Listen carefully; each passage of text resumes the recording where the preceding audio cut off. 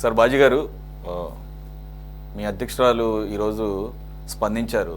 నిన్న ఏదైతే Telangana phone tapping వ్యవహారం ఏపీ రాజకీయాలను కూడా ఒక కుదుపు కుదిపింది. ఏపీలో ఉన్న పొలిటికల్ లీడర్స్ ఈ పార్టీ ఆ పార్టీ అని కాదు, దాదాపుగా ఒక 400 మంది, అక్కడ ఒక 600 తెలంగాణలో ఒక 1000 మంది రాజకీయ నాయకులు, అలాగే సెలబ్రిటీస్, రకరకాల రంగాల్లో ఉన్నటువంటి వారి ఫోన్లు ట్యాప్ చేశారు గత బీఆర్ఎస్ ప్రభుత్వం. అలాగే అది ఇక్కడ ఏపీలో అప్పుడు ప్రభుత్వంలో అధికారంలో ఉన్నటువంటి వైఎస్ జగన్మోహన్ రెడ్డి గారితో కూడా షేర్ చేసుకున్నారు. ముఖ్యంగా షర్మిల గారి కాల్ రికార్డ్స్ కూడా షేర్ చేసుకున్నారు అని ఈరోజు లేటెస్ట్గా వినపడుతుంది. దీనికి ఎవరు అతిథులు కాదు, ఈవెన్ కొంతమంది వైసీపీ నాయకుల యొక్క ఫోన్స్ కూడా ట్యాప్ చేశారు. కాబట్టి రకరకాలంటే ఇది ఖచ్చితంగా వాళ్ళ పొలిటికల్ నీడ్స్ కోసం, వాళ్ళ యొక్క అంచనాలు బేరీజ్ వేసుకోవడం కోసం, వ్యూహాలు రచించుకోవడం కోసం భవిష్యత్తుగా ఆ రకంగా సొంత పార్టీ వాళ్ళైనా.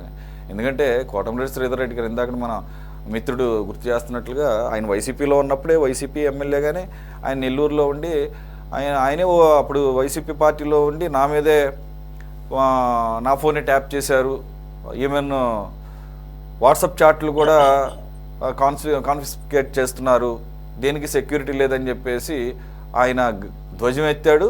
అదే ఒక ప్రధాన కారణం కూడా అయింది ఆయన ఆ పార్టీ నుంచి బయటికి రావడం కోసం. సో ఇది ఈరోజు మేడం షర్మిల గారు ధృవీకరించారు. ఎలా ధృవీకరించారు? With concrete evidence saying that YV Subbareddy గారు, ద సేమ్ వైసీపీ లీడర్, వారికి బాబాయ్ వరుస అవుతారు అనుకుంటా, ఆయనే ఆవిడికి తీసుకొచ్చి వీడి ఆడియోని వినిపించారని చెప్పేసి. అఫ్కోర్స్ ఇది కూడా అన్నారు, మేబీ ఇప్పుడు వైవి సుబ్బారెడ్డి గారు కాదని చెప్పేసి ఏమన్నా బొకాయిస్తారేమో నాకు తెలియదు, కానీ ఆయనే వినిపించారని చెప్పేసి.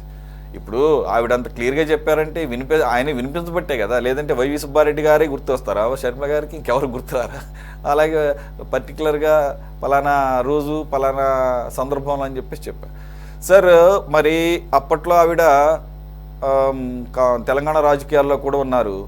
మరి ఆ రకంగా ఈ పార్టీ ఆ పార్టీ అని లేకుండా బీజేపీ, కాంగ్రెస్, అలాగే వైఎస్ఆర్టీపీ అప్పుడు అధ్యక్షురాలుగా ఉన్నటువంటి తెలంగాణలో ఉన్నటువంటి షర్మిల గారు ఇవన్నీ చేయడంతో పాటుగా జగన్మోహన్ రెడ్డి గారు ఇవి షేర్ చేసుకున్నారన్నప్పుడు ఇవి రెండు ప్రభుత్వాలు కలిసి ఒక కుట్రపూరితంగా చేసిన అంశంగా భావించవచ్చు కదా. మరి ఆ రకంగా ఇప్పుడు తెలంగాణకే పరిమితమైనటువంటి ఫోన్ ట్యాపింగ్ అంశంలో AP, why shouldn't AP involve in this matter and take it forward?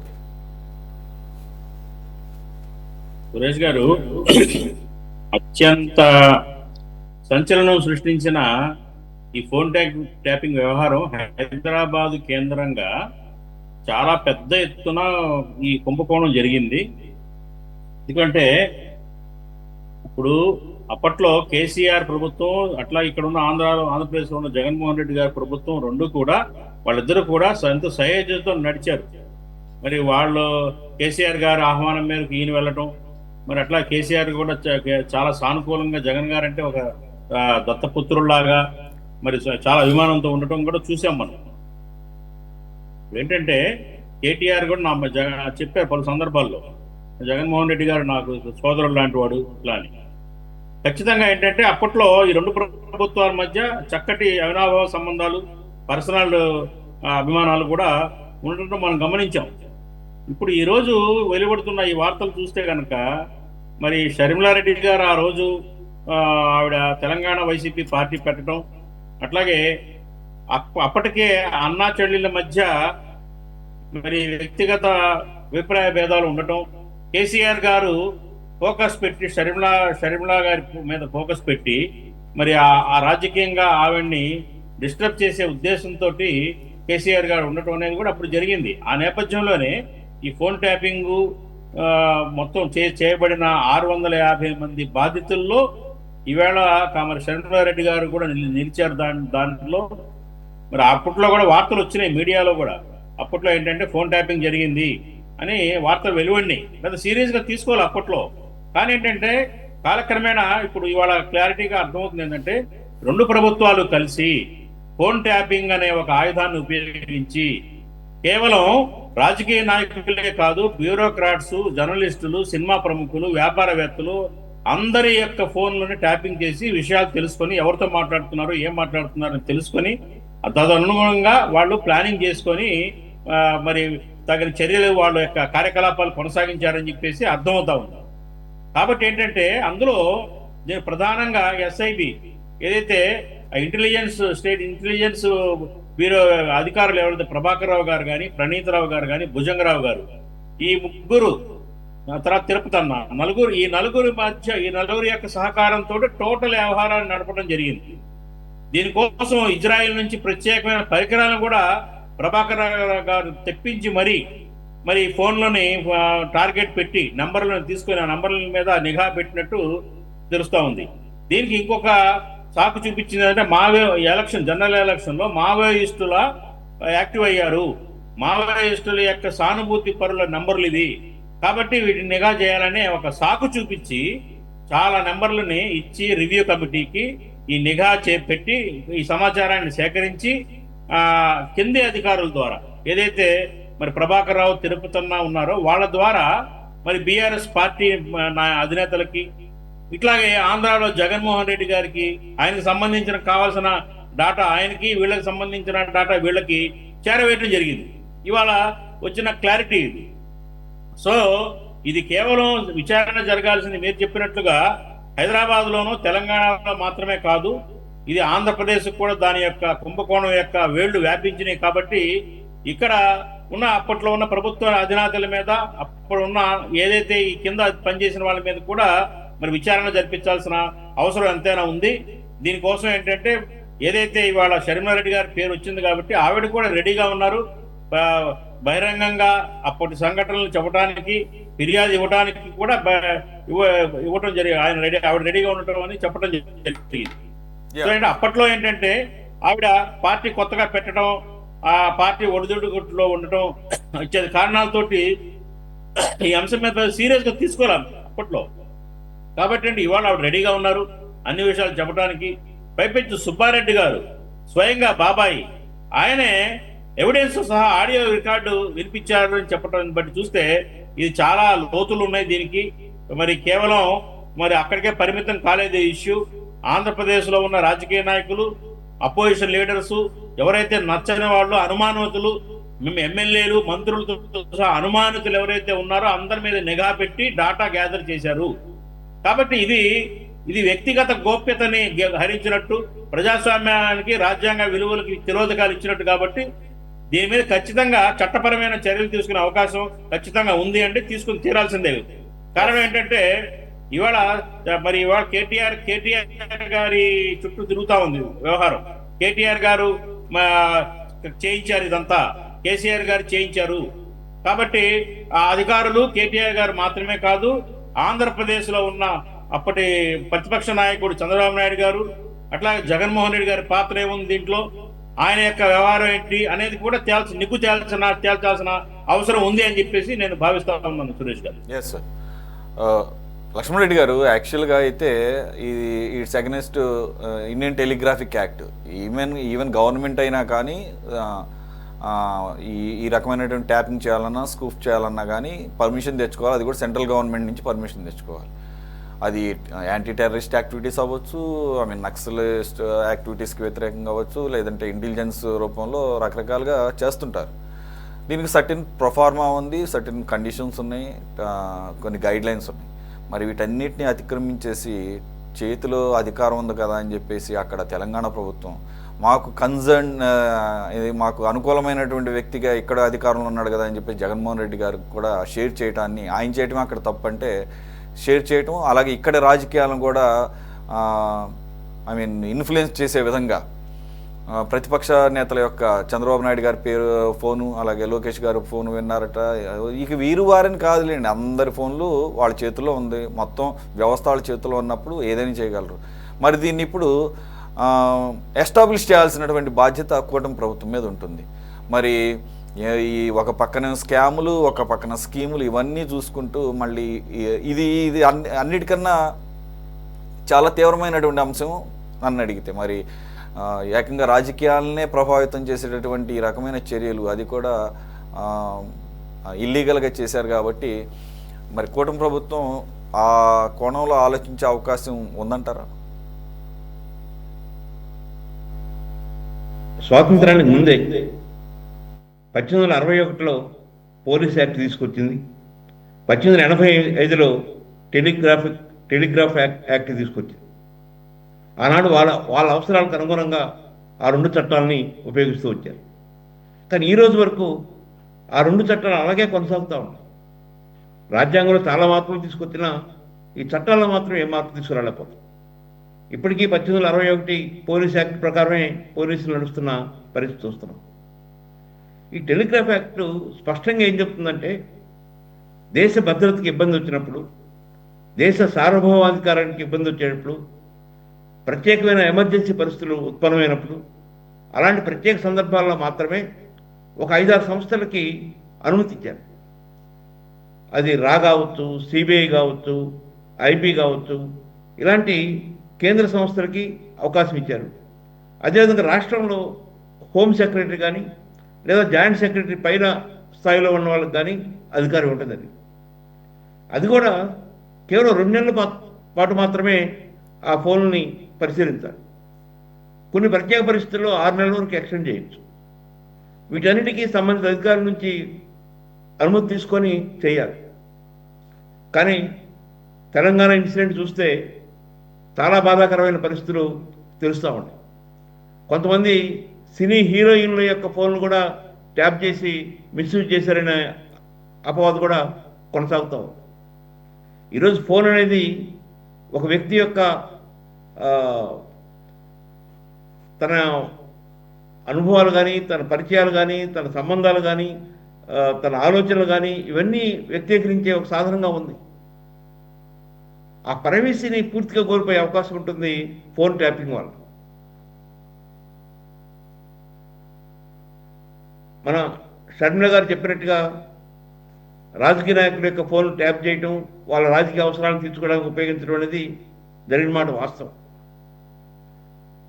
కానీ నేడు కొంత మీడియా కానీ లేక కొన్ని రాజకీయ పార్టీలు కానీ షర్మిల గారిని ఒక కాంగ్రెస్ పార్టీ రాష్ట్ర అధ్యక్షుడిగా కాకుండా జగన్ మీద దాడి చేయడానికో, జగన్ చేసిన తప్పులను చెప్పడానికో, లేక వివేకానంద రెడ్డి కేసుకో వీటికే పరిమితం చేస్తూ అలాంటివి మాట్లాడినప్పుడు మాత్రమే పెద్ద ఫోకస్గా స్టేట్ పేజీల్లో మీడియాల్లో బాగా ఫోకస్ చేస్తూ మిగిలిన రాష్ట్ర విషయాల గురించి ఇతర విషయాల గురించి మాట్లాడితే చిన్న పేజీలో ఒక మూల చిన్న ఐటమ్ ఇవ్వటం ఇది కూడా చూస్తూ ఉన్నాం. అంటే కాంగ్రెస్ పార్టీ కొన్ని దశాబ్దాల అనుభవం ఉన్న పార్టీ, ఆయన రాష్ట్ర అధ్యక్షురాలు. సో వారు ఈ రాష్ట్రంలో కమ్యూనిస్టులతోనో మిగతా అన్ని సంఘాలతో కలుపుకొని ఒక తృతీయ ఫ్రంట్ ఏర్పాటు చేసి ఈ రాష్ట్ర సమస్యల మీద, రాష్ట్రంలో ఉన్న అనేక ఇబ్బందుల మీద పోరాడాల్సిన అవసరం ఉందనుకుంటున్నాం. కానీ షర్మిల గారు ఇప్పుడు ఈరోజు ఈ ఫోన్ ట్యాపింగ్ విషయం ముందుకు తీసుకురావటం మంచి పరిణామంగా భావిస్తూ ఉన్నాను. ఏ అధికార పార్టీ అయినా తన ప్రత్యర్థుల్ని ఇబ్బంది పెట్టడానికి ఈ ఫోన్ ట్యాపింగ్ అనేది ఒక సాధనంగా ఉపయోగిస్తూ ఉన్నారు. దాన్ని పూర్తిగా మానుకునేట్టుగా చేయాలి. ఆ మేరకు ప్రజలని చైతన్యవంతులు చేయటం కానీ లేక అలా ట్యాపింగ్ చేసిన అధికారుల మీద చాలా గట్టి శిక్షలు వేసేట్టుగా చూడాలి. ఈరోజు ప్రభాకర్ రావు వారు చేసిన చర్యలు సిట్ పరిశీలిస్తా ఉన్నాం. చూడాలి ఎలాంటి శిక్ష విధిస్తారో, అది ఎలా దాని యొక్క తుది నివేదిక వస్తుందో, ఎలాంటి శిక్షలు వస్తాయో చూడాలి. శిక్ష పడకపోతే, శిక్ష నుంచి తప్పించుకుంటే ఇక భారతదేశంలో ఎవరు ఫోన్ ట్యాపింగ్ని చేయకుండా ఉండలేదు. పర్వాలేదు, అప్పుడు 400 ఫోన్లు ట్యాప్ చేసినా, పెద్ద పెద్ద అధికారులని, పెద్ద పెద్ద రాజకీయ నాయకులను ట్యాప్ చేసినా కూడా ఏమీ శిక్షలు పడలేదు. భారతదేశంలో శిక్షల నుంచి తప్పించుకునే అవకాశం చాలా ఉన్నాయి అనే ఒక అభిప్రాయం రాకుండా శిక్షలు కఠినంగా పడేట్టుగా చూడాలని కోరుకుంటున్నాను. Exactly sir. రాఘవేంద్ర గారు కంక్లూడ్ చేయండి. ఇప్పుడు చంద్రబాబు నాయుడు గారు, లోకేష్ గారు వీరు వారు కాదని దాదాపుగా అందరూ. ఇంకొకటి, అది గత బీఆర్ఎస్ ప్రభుత్వ హయాంలో జరిగింది. తెలిసిందే అందరికీ. కేసీఆర్ గారికి చంద్రబాబు నాయుడు గారు ఏ రకంగా దాన్ని ఏమంటారు, ఆ రాజకీయపరమైనటువంటి ఆ వైరుధ్యం అది ఓపెన్గానే ఆ రైవలరీ ఉంది.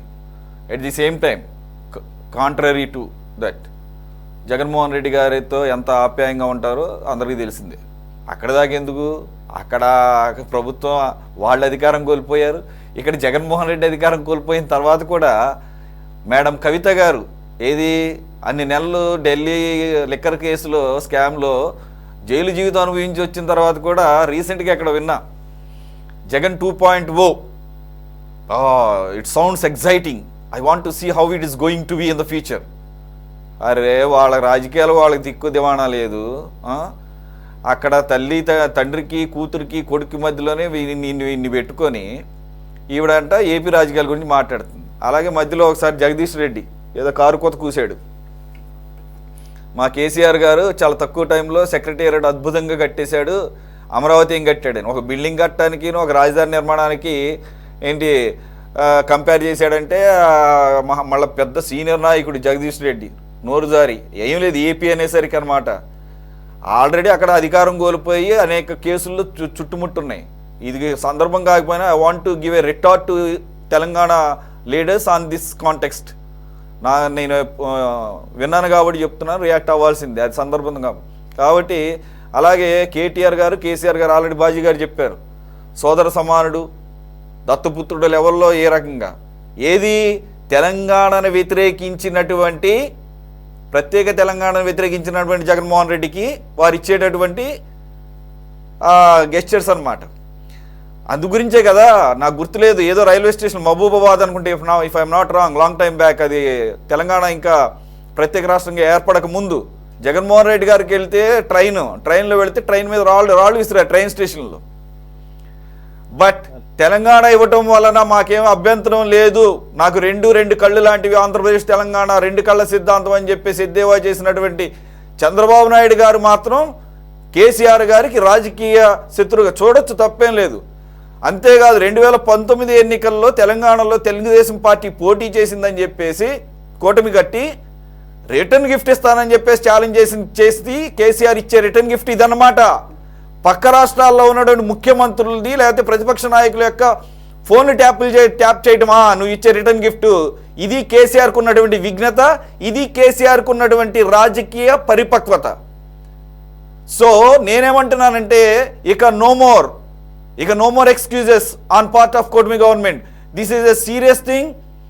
ఆల్రెడీ శర్మిల గారు విత్ ఎవిడెన్స్ చెప్తున్నారు, చంద్రబాబు నాయుడు గారిది లోకేష్ గారిది ఇప్పుడు కాదు, ఎప్పుడైతే ఓటుకు నోటుకు వ్యవహారం ఉందో అప్పటి నుంచి కూడా ట్యాపింగ్ జరుగుతుందనేది చంద్రబాబు నాయుడు గారికి మీకు మనందరికన్నా ముందు ఆయనకి తెలుసు. ఏంటి చర్యలేవి? He is the chief minister now, కూటమి is in the power.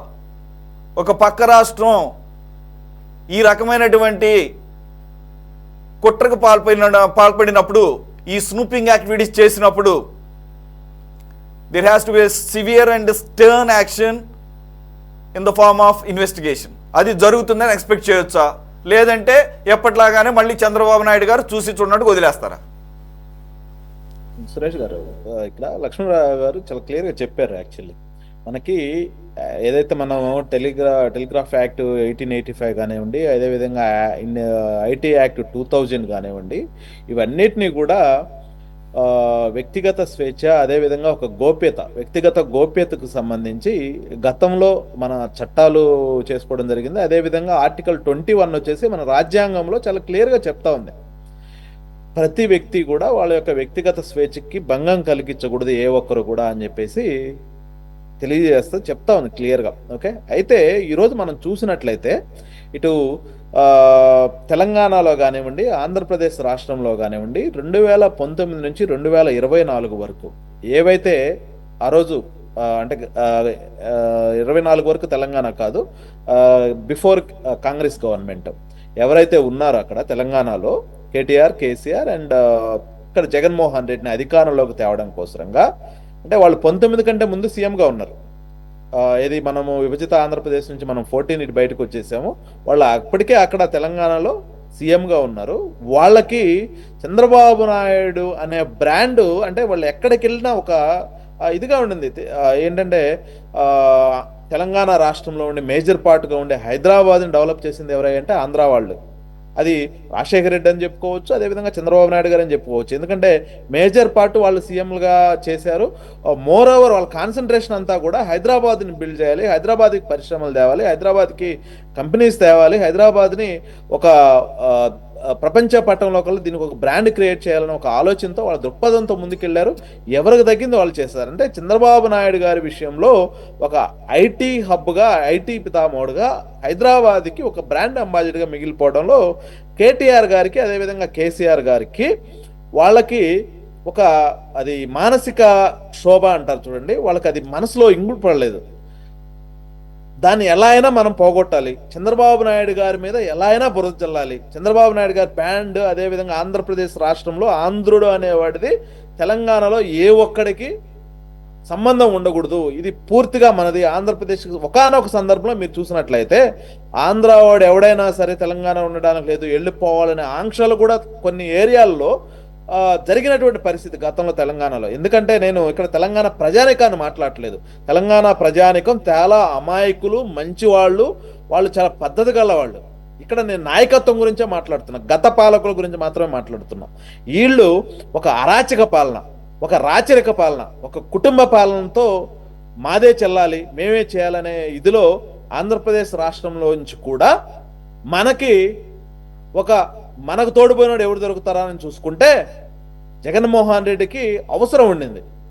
Chandrababu Naidu అనే వ్యక్తిని నేను తొక్కాలి, ఆయన్ని ఏ విధంగా ఇబ్బంది పెట్టాలి, నేను ఎలాగో కాంగ్రెస్లో ఉండే వాళ్ళందరినీ నేను ముఖ్యులందరూ నేను లాక్కున్నాను, కాంగ్రెస్ పార్టీని నేను బలహీనపరిచాను, ఇప్పుడు చంద్రబాబు నాయుడు నేను తొక్కాలంటే నాకు ఇవన్నీ కూడా అలవాటే. వీళ్ళకి దొడ్డిదారిని వెళ్ళటం, ఎవరో ఒకరి మీద బురద చల్లటం లాంటివి. వీళ్ళ సపోర్ట్ తీసుకొని మళ్ళీ అధికారంలోకి రావడం కోసం, వీళ్ళ యొక్క రాజకీయ ప్రయోజనాల కోసం ఈ ఫోన్ ట్యాపింగ్ చేస్తుండడం అనే విషయంలో ఎటువంటి సందేహం లేదు. 100% అయితే వీళ్ళు చేస్తుంటారు. ఈరోజు మా ప్రభుత్వం అధికారంలోకి వచ్చిన తర్వాత ఇప్పటికీ ప్రజెంట్ మనం చూసినట్లయితే ప్రభాకర్ గారికి యుఎస్ నుంచి ఆయనకి జూన్ 20 దాకా డేట్ ఇచ్చారు. ఈలోపు ఆయన వచ్చి సిట్టుకు లొంగిపోవడం, ఈరోజు సిట్టు విచారణ జరుగుతూ ఉంది. ఈ సిట్టే దీనికి సంబంధించి పూర్తి విషయాలు బయట పెడుతుందా, లేకపోతే దీన్ని సిబిఐకి అప్పగిస్తుందా అనేది అయితే మనం చూడాల్సిన అవసరం ఉంది. అయితే ఈరోజు మనం తెలుసుకోవాల్సిన ముఖ్య విషయాలు ఏంటంటే, వ్యక్తిగత గోప్యత అనేది ఎవరైతే చేశారో వాళ్ళందరూ కూడా ఈరోజు భారత రాజ్యాంగాన్ని అవమానపరిచినట్టు, భారత రాజ్యాంగాన్ని మిస్యూజ్ చేసినట్టు, చట్టాల్ని మిస్యూజ్ చేసినట్టు, న్యాయ వ్యవస్థని అగౌరవపరిచినట్టు, వీటన్నిటికి విలువే ఉందండి. ఇవన్నీ కూడా వీళ్ళకి సంబంధించి ఎవరెవరైతే దీంట్లో ఇన్వాల్వ్ అయ్యి ఉన్నారో, ఇందాక బాజీ గారు చెప్పారు, వీళ్ళందరినీ కూడా దృష్టిలో పెట్టుకొని ఇది కేటీఆర్ గారు గతంలో చంద్రబాబు నాయుడు గారి మీద విమర్శలు చేశారు. 2014 to 2019 చంద్రబాబు నాయుడు గారు ఫోన్ ట్యాపింగ్ చేశారు, పెగాసిస్ అనే ఒక ఇజ్రాయెల్ కంపెనీ నుంచి ఏదో సాఫ్ట్వేర్ తీసుకొచ్చి చేయించారని చెప్పారు. అప్పుడు ఒక కమిటీ చేశారు. ఆ కమిటీ లాస్ట్కి ఏం తెలిసింది, ఏం జరగలేదని చెప్పింది. అంటే జగన్మోహన్ రెడ్డి అనే వ్యక్తికి ఇది ఒక అలవాటు. ఆయన చేయబోయే విషయం ఏదైతే ఉందో అది ముందుగానే జనాల్లో ఒక ప్రోపగాండా చేసేస్తాడు, అంటే జనాల్ని డైవర్ట్ చేసేస్తాడు. 100% అండి.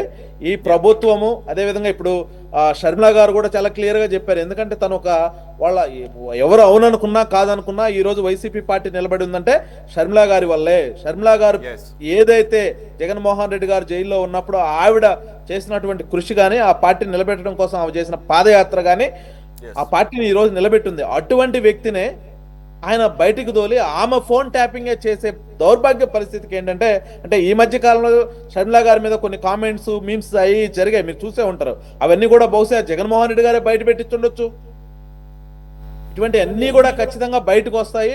ఈ ప్రభుత్వం అయితే అక్కడ రేవంత్ రెడ్డి గారు కానివ్వండి, ఇక్కడ ఎన్డీఏ కూటమి కానివ్వండి, ఇటువంటి విషయాలను ఎవరు కూడా ఉపేక్షించే పరిస్థితులు లేరు. ఖచ్చితంగా దీనికి ఎవరెవరైతే ఉన్నారో వాళ్ళందరికీ కూడా ఏదైతే టెలిగ్రాఫ్ యాక్ట్ 1885 కానివ్వండి, అదేవిధంగా ఐటీ యాక్ట్ 2000 కానివ్వండి, అదేవిధంగా ఆర్టికల్ 21 ప్రకారంగా ప్రతి ఒక్కరికి శిక్ష పడుతుంది. అవసరమైతే వీళ్ళని దేశ ద్రోహులుగా, అంటే మనం రాజ్యాంగ ద్రోహులు కూడా అనొద్దు, రాజద్రోహులు కూడా అనకూడదు, దేశ ద్రోహులుగా మనం వీళ్ళందరినీ కూడా పరిగణించి శిక్షలు పడే వరకు ఈ ప్రభుత్వం అయితే ఖచ్చితంగా చేస్తుందని అయితే క్లియర్గా చెప్తా ఉన్నాం సురేష్ గారు. Right sir, thank you very much for joining. Raghavendra గారు, లక్ష్మణ్ రెడ్డి గారు, బాజీ గారు అండ్ ఇది వాటి టాప్ డిబేట్. మరో అంశంతో మళ్ళీ కలుద్దాం. State to city 24/7.